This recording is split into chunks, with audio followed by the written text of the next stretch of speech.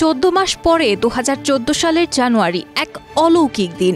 সাগরের অনন্ত ভাসমান পথ পেরিয়ে জোসে এসে পৌঁছান মার্শাল দ্বীপপুঞ্জের ইবন দ্বীপে।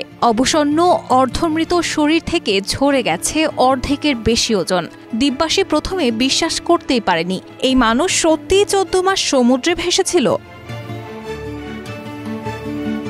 বিশ্বজুড়ে এই খবর ছড়িয়ে পড়ে। কেউ বলল বানানো গল্প, কেউ বলল অলৌকিক ঘটনা। কিন্তু চিকিৎসক, বিজ্ঞানী, নেভিগেশন বিশেষজ্ঞরা বললেন হ্যাঁ, এই কাহিনী বাস্তব। তার শরীরের চর্বি, সহনশীলতা আর মানসিক দৃঢ়তাই তাকে বাঁচিয়ে রেখেছে।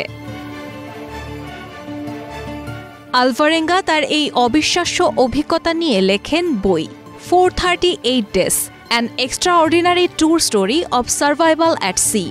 বইটা পড়ে বোঝা যায় মানুষ যখন চূড়ান্ত সংকটে পড়ে তখন তার ভেতরকার শক্তি হয়ে ওঠে শেষ ভরসা। আজও জোসে আলভারেঙ্গা বেঁচে আছেন, কিন্তু আর কখনো সমুদ্র পথে পা বাড়ান না। সমুদ্রের প্রতি তার ভালোবাসা হারায়নি, তবুও সেই নীল জলরাশি এখন তার কাছে এক গভীর বিষণ্ণ স্মৃতি।